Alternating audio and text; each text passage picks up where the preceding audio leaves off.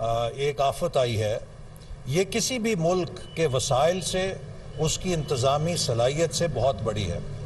اس کا مقابلہ ہم تبھی کر سکتے ہیں کہ جب پوری قوم مل کر اس آفت کا مقابلہ کرے۔ میں اس بات پہ ضرور افسوس کرنا چاہتا ہوں کہ جب پوری قوم اس وقت پاکستان میں سیلاب کی تباہی کے نتیجے میں جو نقصان ہوا ہے اس کی آبادکاری، اس کی تلافی میں مگن ہے اور جٹی ہوئی ہے، ہمارے ایک نام نہاد لیڈر صاحب اپنی سیاست چمکا رہے ہیں۔ عمران نیازی صاحب، آپ پاکستان کے آئین اور قانون سے بڑے نہیں ہیں۔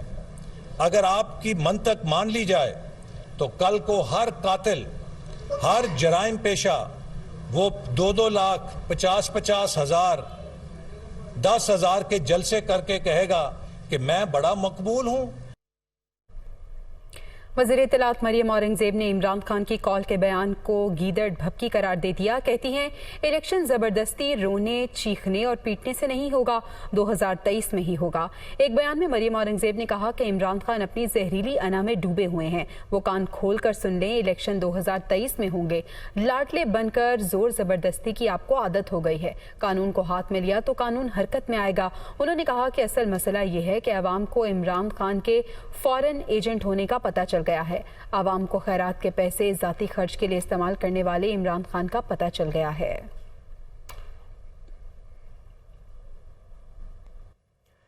عمر سرفراز چیمہ نے کہا ہے کہ ڈاکوؤں کا ٹولہ دم دبا کر سیاسی میدان سے بھاگ گیا، یہ اب ملک کو خانہ جنگی میں دھکیل کر سیاسی شہید بننا چاہتے ہیں۔ میاں اسلم اقبال کا کہنا ہے کہ عمران خان کو مائنس کرنے والے احمقوں کی جنت میں رہتے ہیں۔ پی ڈی ایم حکومت سے حالات قابو میں نہیں آ رہے، صرف نئے الیکشن مسائل کا واحد حل ہے۔ ڈاکوؤں کا ٹولہ اپنی شکست نوشتہ دیوار دیکھ کر دم دبا کے جو ہے سیاسی میدان سے بھاگ چکا ہے۔ جو لوگ عمران خان کو -1 کرنے کے خواب دیکھ رہے تھے، ان کو پاکستانی قوم نے، عوام نے سیاسی میدان میں پہلے ہی مائنس کر چکے ہیں۔ تمام ٹولہ جو ہے اس سازش کے ذریعے چاہتے ہیں کہ حالات ایسی خانہ جنگی کی طرف جائیں اور یہ جو ہے ان کو موقع مل جائے سیاسی شہید بننے کا۔ پاکستان کے اندر عمران خان سیاست کا ایک گھنٹہ گھر ہے۔ جو لوگ یہ سوچ رہے ہیں کہ عمران خان کو مائنس کر دیا جائے وہ احمقوں کی جنت میں رہتے ہیں۔ یہ نون لیگ نہیں ہے، نحوست لیگ ہے۔ کوئی بندہ پاکستان کے اندر انویسٹمنٹ کرنے کو تیار نہیں ہے۔ بجلی کی قیمتیں آسمان سے بھی اوپر جا چکی ہیں۔ اگلی خبر یہ ہے کہ 38 روپے کے یونٹ سے 52 روپے کا یونٹ گھریلو ہونے جا رہا ہے۔ یہ اس ملک کو نہیں سنبھال سکتے۔ ارلی الیکشن ہی واحد حل ہے۔ سابق وزیر داخلہ شیخ رشید کا کہنا ہے کہ پی ٹی ایم میں پھوٹ پڑ چکی ہے، معاشی تباہی، سیاسی عدم استحکام اور مہنگائی انہیں لے ڈوبے گی۔ ٹویٹ میں شیخ رشید نے مزید کہا کہ سیلاب نے پیپلز پارٹی کی سیاست دفن کر دی ہے، نواز شریف شہباز شریف کی بات نہیں مانیں گے۔ ان کا کہنا تھا کہ عمران کو نااہل کرنا، مائنس کرنا، جیل بھیجنا ممکن نہیں۔ عدلیہ کی دانش مندی عنقریب الیکشن کروائے گی، تناؤ اور کھچاؤ بحران پیدا کرے گا۔ عمران خان کی جیت کے ڈر سے 11 حلقوں میں انتخابات ملتوی کیے گئے۔ سابق وزیر داخلہ کا کہنا تھا کہ مفتاح کے رونے سے بجلی اور پیٹرول سستا نہیں ہوگا، ایل سی نہیں کھلے گی تو کارخانے کیسے چلیں گے؟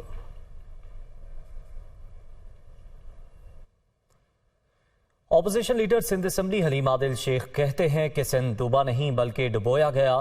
محکمہ موسمیات کی پیش گوئیوں کے باوجود سندھ حکومت نے سیلاب اور تیز بارشوں سے نمٹنے کے لیے کوئی کام اور حکمت عملی نہیں بنائی۔ پی ڈی ایم اے کو اربوں روپے کے فنڈز جاری ہوئے، سب سندھ حکومت کی نااہلی کی وجہ سے ضائع ہو گیا۔ فلاحی ادارے سیلاب متاثرین تک امداد پہنچا رہے ہیں لیکن حکومت سندھ کہیں نظر نہیں آ رہی۔ سندھ انسانی المیہ کی جانب بڑھ رہا ہے۔ وہ سندھ اسمبلی میں پریس کانفرنس کر رہے تھے۔ 14 سال کے اندر پشتے مضبوط نہیں کی ایریگیشن ڈپارٹمنٹ کی کرپشن کے جو ہم اب شور مچاتے رہے تو سندھ واسیوں تو آگے پوڑے ہوئے ہوا بڑا نہ آئے ہو تمہاں قدرتی اور بارشوں کا پتہ تھا، گلوبل وارمنگ تھی، دنیا کو پتا تھا۔ کل انتونیو گریس جس کے کپڑے اتار رہے تھے بیچارے نے جیکٹ پہن لی کہ یہ نہ ہو میرے کپڑے اتار لے، تو اس نے بھی جیکٹ پہن لی اوپر، جس کو کپڑے پکڑ رہے تھے پینٹ پکڑ رہے تھے، اس نے بھی کہا کہ گلوبل وارمنگ تھی، کیوں نہیں تیاری کی؟ میں نے دیکھا شروع کے اندر کہہ رہے تھے ٹینٹ نہیں مل رہے, یہ نہیں مل رہا, وہ نہیں مل رہا. بھائی پہلے سے تیاری کر, اربوں روپے کا فنڈ ہے پی ڈی ایم ایز کے پاس, ریلیف کے پاس, ریہیبلیٹیشن کے پاس. کہاں گیا؟ ہر سال فنڈ ہوتا ہے, کیوں نہیں سنبھال کے پہلے سے اکٹھا کر کے رکھا؟ تو میں کہنا چاہتا ہوں جو سندھ کا المیہ, سندھ انسانی المیہ کی طرف بڑھ رہا ہے. ایڈمنسٹریٹر کراچی مرتضی وہاب نے وسیم اختر کو اپنی کرسی پر بیٹھنے کی آفر دے دی. کہا وسیم اختر کے 4 سالہ دور میں کے ایم سی کی کیا کارکردگی رہی سب کو پتا ہے. عوام سے کیے گئے وعدے کے مطابق کے ایم سی کا پیسہ عوام پر خرچ کیا جا رہا ہے. وہ مزار قائد پر حاضری کے بعد میڈیا سے گفتگو کر رہے تھے. میں چاہتا نہیں ہوں کہ میں وسیم بھائی کے بارے میں کوئی اس طرح کی باتیں کروں. 4 سال ماشاءاللہ وہ خود ایک میئر تھے, لوگوں کا مینڈیٹ تھا, الیکٹڈ تھے. کیا انہوں نے کیا وہ آپ کے سامنے ہے. وہ پریس کانفرنس کرتے تھے, کاغذات پھینکتے تھے اور کہتے تھے میرے پاس کوئی اختیار نہیں ہے. تو میں نے تو ایک بار بھی اس طرح کی بات نہیں کی. کراچی شہر میں 1150 ملی میٹر بارش کبھی نہیں ہوئی تھی, اور آپ نے دیکھا کہ یہی انتظامیہ تھی, یہی بلدیہ عظمیٰ کراچی تھا. سڑکوں پر انتظامیہ بھی نظر آئی. آپ نے دیکھا کے ایم سی کا عملہ موجود تھا, کام کر رہا تھا, ہمارے پمپس کام کر رہے تھے. اگر آپ ان کو اپریشیٹ نہیں کر سکتے تو کم از کم تنقید نہ کریں. اگر میں تنقید کرنے پر آ گیا تو پھر میں سمجھتا ہوں بہت بڑا کٹھا لوگوں کے لیے کھل جائے گا. تو بہتر یہی ہے کہ ہم فوکس یہ کریں کہ اس وقت جب ایک طرف آدھے سندھ کے اندر بلکہ 80% سندھ کے اندر سیلاب کی کیفیت ہے, لوگ تکلیف میں, کراچی شہر کے اندر انفراسٹرکچر کا برا حال ہے. جو کچھ بھی ہم کرنے کی کوشش کر رہے ہیں اس میں مدد کی جائے, سپورٹ کیا جائے. اور اگر وسیم اختر صاحب میرا ساتھ دینا چاہتے ہیں تو بے شک میری کرسی پر آ کے بیٹھ جائیں, مجھے کوئی اعتراض نہیں ہے. انہوں نے تو کے ایم سی کا کوئی حال نہیں چھوڑا تھا کہ کے ایم سی کے وسائل ہوں کوئی کام کرنے کے. آپ کو بھی پتہ ہے آج کم از کم کے ایم سی آپ کو نظر بھی آ رہی ہے کام کرتے ہوئے, اور یہ جو پیسے آئے ہیں لگتے ہوئے بھی انشاءاللہ آپ کو نظر آ رہے ہیں. آگے بڑھیں, آپ کو بتائیں ملکہ الزبیتھ دوئم کی وفات پر پاکستان میں یوم سوگ منانے کا فیصلہ. وزیر اعظم شہباز شریف نے ملکہ برطانیہ کی وفات پر یوم سوگ منانے کی منظوری دے دی. نوٹیفیکیشن کے مطابق کل 12 ستمبر کو پاکستان میں یوم سوگ کے طور پر منایا جائے گا اور ملک بھر میں سبز لالی پرچم سرنگو رکھا جائے گا. وزارت خارجہ نے وزیر اعظم کو ملکہ برطانیہ کی وفات پر سرکاری سطح پر یوم سوگ منانے کی تجویز دی تھی. وزیر اعظم نے وزارت خارجہ کی تجویز کی منظوری دے دی اور کابینہ ڈویژن کو انتظامات کرنے کی ہدایت کر دی ہے.